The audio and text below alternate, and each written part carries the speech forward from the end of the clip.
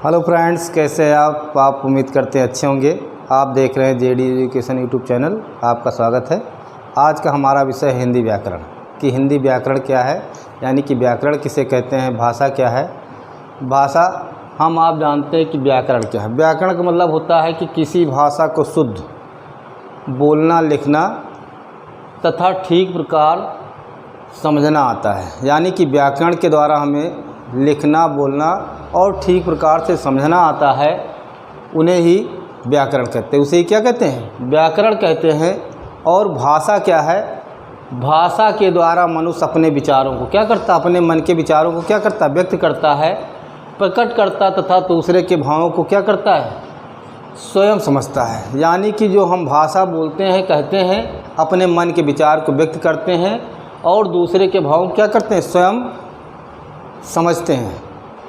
विचारों को प्रकट करने के विभिन्न ढंग हैं। यानी कि जो विचार होते हैं उनको व्यक्त करने के विभिन्न ढंग होते हैं, किंतु इन्हें भाषा का रूप स्तर नहीं होता। यानी कि जो ये भाषा होती है स्तर नहीं होती है, और व्याकरण भाषा के रूप को क्या करती है, स्तर करती है। व्याकरण भाषा के रूप को क्या करती है, स्तर करती है।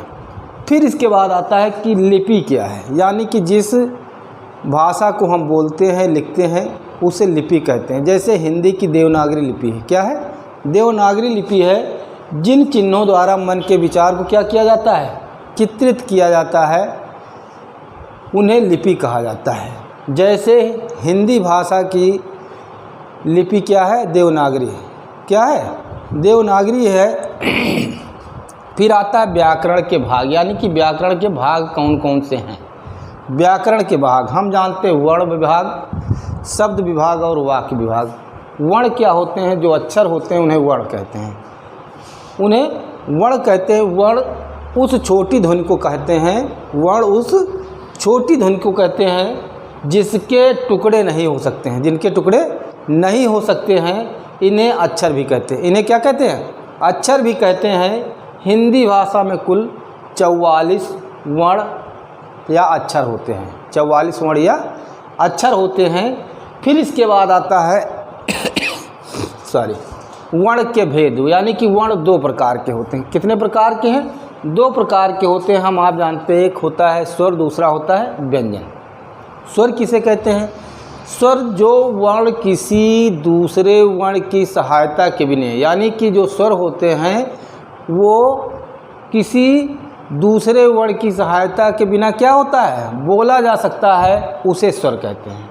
ये कितने होते हैं, 11 होते हैं। ये कितने होते हैं, 11 होते हैं। स्वर दो प्रकार के होते हैं। स्वर दो प्रकार के होते हैं, हास्य स्वर और दीर्घ स्वर। हास्य स्वर क्या है, हास्य स्वर का मतलब होता है ऐसे स्वर जिनको बोलने में बहुत कम समय लगता है। हास्य स्वर क्या है, ऐसे स्वर जिनको बोलने में बहुत कम समय लगता है, उन्हें हास्य स्वर कहते हैं। जैसे हम कहते हैं छोटा आ, छोटा ई, छोटा ऊ, ए और रे। ये 5 अक्षर हैं या 5 स्वर हैं जिन्हें हम हास्य स्वर कहते हैं। फिर इसके बाद आता है दीर्घ स्वर कहते हैं। इन स्वरों को बोलने में हास्य स्वर की अपेक्षा क्या होता है, दुगुना समय लगता है। क्या होता है, दुगुना समय लगता है। उन्हें दीर्घ स्वर कहते हैं। इन्हें दीर्घ स्वर कहते हैं। जैसे बड़ा आ, बड़ी, बड़ा ऊ, आए और औ।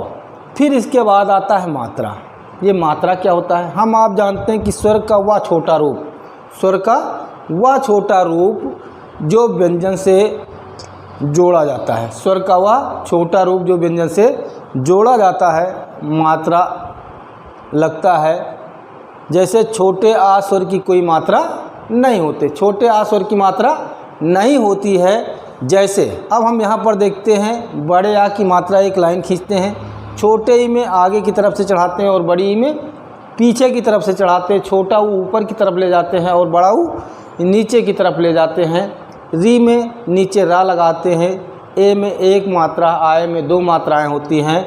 ओ में एक मात्रा पूरी डंडे सहित होती है। फिर औ में 2 मात्राएं डंडे सहित होती हैं। इस प्रकार इन मात्राओं का, और इनमें जो सबसे बड़ा है, जिनमें सभी लोग कंफ्यूज करते हैं, और वो छोटा वो बड़ा होता है।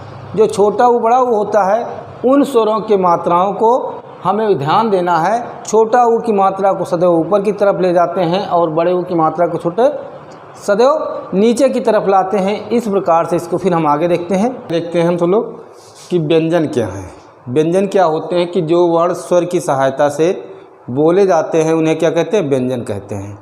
व्यंजन 33 होते हैं, कितने 33 होते हैं। हिंदी व्यंजनों में 5 वर्गों में या 5 समूहों में बांटा गया है। 5 वर्ग कौन कौन से हैं हम आप जानते हैं, का है, चा है, टा है, ता और पा वर्ग है।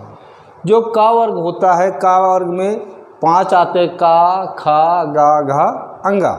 ये जो क्या बोले जाते हैं, कांठ यानी कि कंठ से बोले जाते हैं।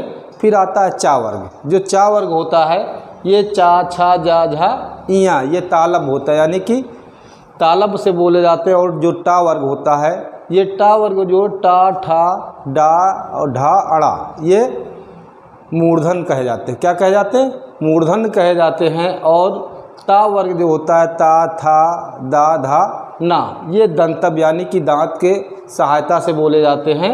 फिर आता है पा वर्ग।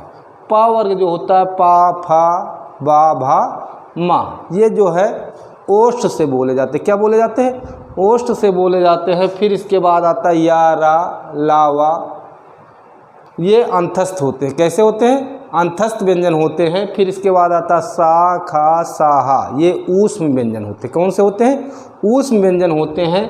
फिर आता है इनके अतिरिक्त हिंदी में संयुक्त अक्षर होते हैं यानी कि संयुक्त अक्षर होते हैं जो निम्न हैं। संयुक्त अक्षर किसे कहते हैं, जब 2 वर्णों के बीच में स्वर नहीं रहता। जब 2 वर्णों के बीच में स्वर नहीं रहता है तो उन्हें संयुक्त व्यंजन या संयुक्त अक्षर कहते हैं। जैसे हम आप जानते हैं कि जैसे छा है, छा किससे बना होता है, का और खा और छोटा आ से मिलकर के छा बना होता है। का, खा और आ से मिलकर के छा बना होता है। इसी तरह त्रा, अक्सर परीक्षाओं में पूछा जाता है कि त्रा किन व्यंजनों किन स्वरों से मिला हुआ है, तो ता, रा और आ से मिलकर के त्रा बनता है।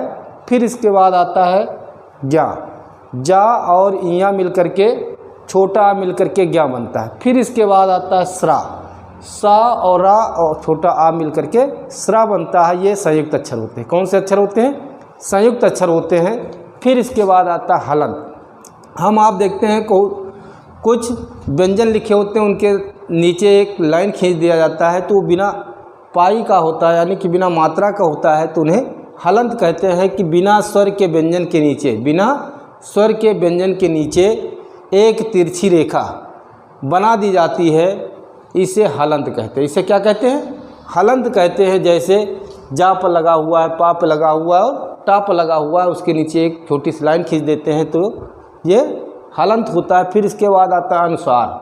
अनुसार में अन की जो बिंदी होती है, वर्ण के ऊपर एक बिंदु को अनुसार कहते हैं। जैसे पंख यानी कि ना बोलते खा, पंख। फिर आता है शंख आदि। इसके बाद आता है विसर्ग। विसर्ग में आह यानी कि 2 बिंदी नीचे बगल में लगाई होती हैं, इसे विसर्ग बोलते हैं। वर्ण के आगे 2 बिंदुओं को विसर्ग कहते हैं। अतः इनको क्या कहते हैं, फलतः आदि।